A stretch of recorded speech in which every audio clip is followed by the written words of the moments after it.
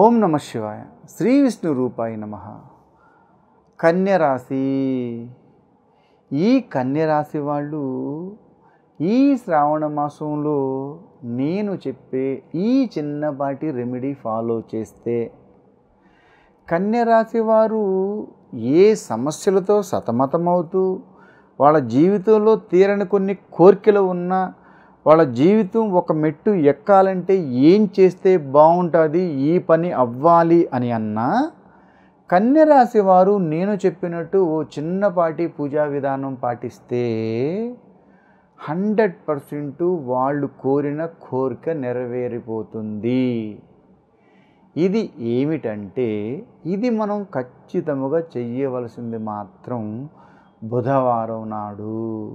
బుధవారం నాడు కన్యరాశి వారు ఓ వైట్ కలర్ క్లాత్ అంటే వైట్ కలర్ జాకెట్ ఒకటి తీసుకొని, అంటే మనం వాయనం ఇచ్చేటప్పుడు చీర జాకెట్ అమ్మవారికి పెట్టి కొంతమందికి ఎలా ఇస్తూ ఉంటామో అలా ఒక వైట్ కలర్ జాకెట్ ఆడవారు కానైతే, ఒకవేళ మగవారు ఎవరన్నా ఈ పూజ చేస్తున్నారు చెయ్యాలి అని అంటే ఓ తెల్లని ఉత్తరయం అనగా కండువ, ఓ వైట్ కలర్ క్లాత్ తీసుకొని అందులో 3 తమలపాకులు, 116 రూపాయలు సంభావన, 2 ఒక్కలు, 2 అరటిపళ్ళు, 2 అరటిపళ్ళు చెప్పాలి. నేను ఈ వీడియోలో ఏమైతే చెప్తున్నానో అదే చేయాలి.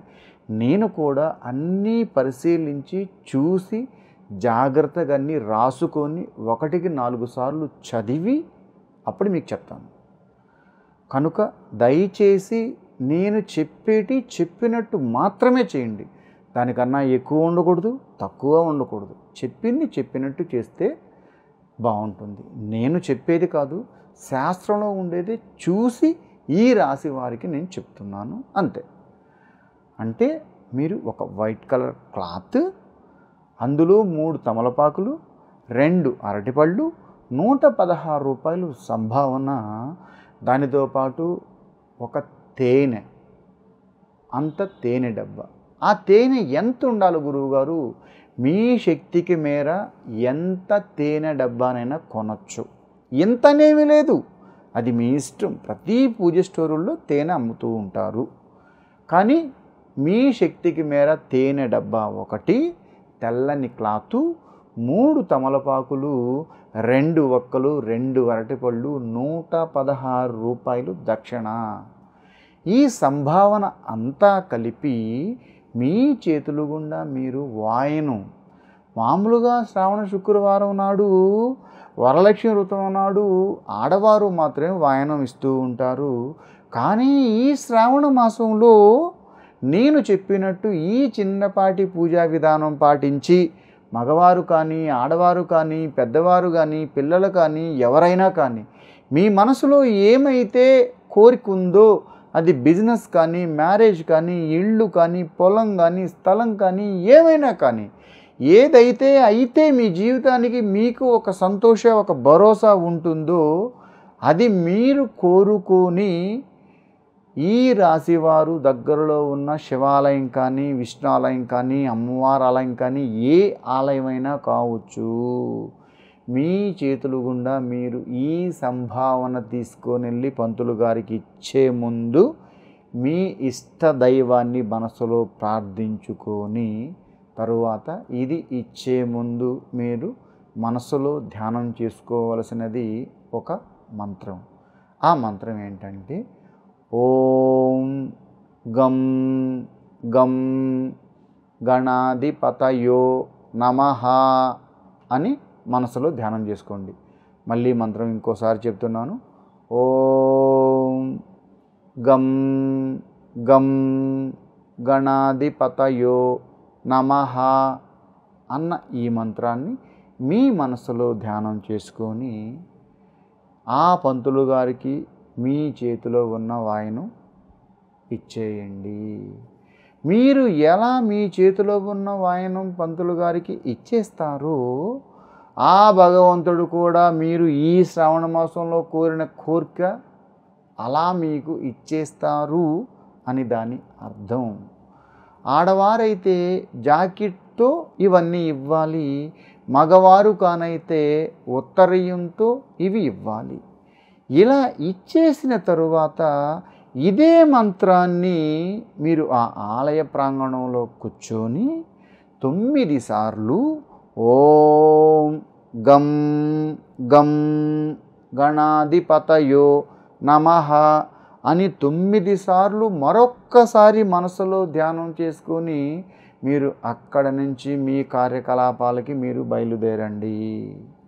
ఇలా ఈ శ్రావణ మాసంలో మీరిచ్చిన ఈ వాయినానికి ఉండే బలం మీరు ఎక్స్పెక్ట్ చేయలేనిది. ఇలా చేసి చూడండి. మళ్ళీ వచ్చే శ్రావణ మాసం లోపలే మీరు ఏ కోరికైతే కోరారో ఆ కోరిక 100% నెరవేరిపోతుంది. ఈ రాశి వారికి ఉండే బలం, ఈ రాశి వారికి ఉండే ఆలోచన, ఈ రాశి వారికి ఉండే విచక్షణ జ్ఞానం మరి ఏ రాశి వారికి ఉండదు. కనుక ఈ చిన్నపాటి పూజా విధానం పాటించి మీ జీవితం అత్యున్నత స్థాయికి ఎదిగేలాగా, మీతో పాటు మీ కుటుంబం సపరివార సమేతం అంతా సంతోషంగా ఉండేలాగా ఈ శ్రావణ మాసంలో ఆ అమ్మవారి కృపాకటాక్షం మన మీద ఉండేలాగా ఈ ఒక్క చిన్నపాటి పూజా విధానం వాయనం ఇచ్చేసిన తర్వాత మీరు చూడండి. ఎప్పటి వరకు మీకు ఎన్ని సమస్యలు ఎలా ఉన్నా, ఎన్ని చిక్కులు ఎట్లా ఉన్నా ఈ యొక్క చిన్నపాటి పూజా విధానం పాటించిన తర్వాత 100లో 1% కూడా మీరు మళ్ళీ ఇక తిరిగి చూడరు. కనుక ఉన్న ఈ శ్రావణ మాసం మనం మిస్ చేసుకోకుండా ఈ యొక్క చిన్న మంత్రాన్ని మనం చదివి దగ్గరలో పంతులు గారికి ఈ వాయనం ఇచ్చి మన కోరిక మనమే నెరవేరేలాగా చేసుకుందాం. ఈ రాశి వారికి సిగ్గు, మొహమాటం, బిడియం, కొద్దిగా కోపం కూడా ఎక్కువే. కానీ వాళ్ళ మనసులో ఉన్న ప్రేమ మాత్రం ఎవ్వరికీ తెలియదు. ఎదుటివారు ఎప్పుడూ దాన్ని అర్థం చేసుకోవడంలో ప్రతిఫలం ఉండదు. అంటే కరెక్ట్గా అర్థం చేసుకోలేరు. వాళ్ళు అంత ప్రేమ లోపల ఉన్నా వాళ్ళు పైకి కనిపించేది మాత్రం కోపంగానే. అంటే వాళ్ళని అర్థం చేసుకోవడంలో ఎదుటి వాళ్ళు క్యాలిక్యులేషన్ పర్ఫెక్ట్గా ఉండదు. చాలా మంచివారు. 10 మందికి సహాయం చేస్తారు, ఆకలి అంటే అన్నం పెడతారు. తన కోసం తక్కువ, ఎదుటివాళ్ళ కోసం ఎక్కువగా బతకాలని చూస్తారు. ప్రజాసేవ ఎక్కువ చేస్తారు, 10 మంది కోసం ఏమైనా చేస్తారు.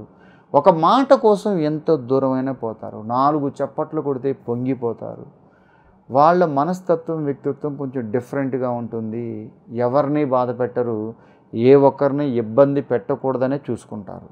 కనుక ఈ రాశివారు ఈ శ్రావణ మాసంలో వాళ్ళ జీవితం మహా అద్భుతంగా ఉండాలి అని అంటే నేను చెప్పే ఈ చిన్నపాటి పూజా విధానం పాటించి ఈ గణపతి మంత్రాన్ని మీరు వాయనం ఇచ్చే ముందు ఓసారి మనసులో వాయనం ఇచ్చేసిన తర్వాత ఆలయ ప్రాంగణంలో కూర్చున్న మీరు 9 సార్లు మీరు ధ్యానం చేస్తే 100% మీ జీవితం ఓ మంచి అభ్యున్నతి స్థాయికి ఎదుగుతుంది. కనుక ఈ అవకాశాన్ని సింహరాశిలో ఉన్నవారు ఎవరూ మిస్ చేసుకోకూడదన్నదే నా విన్నపం. కృష్ణార్పణ.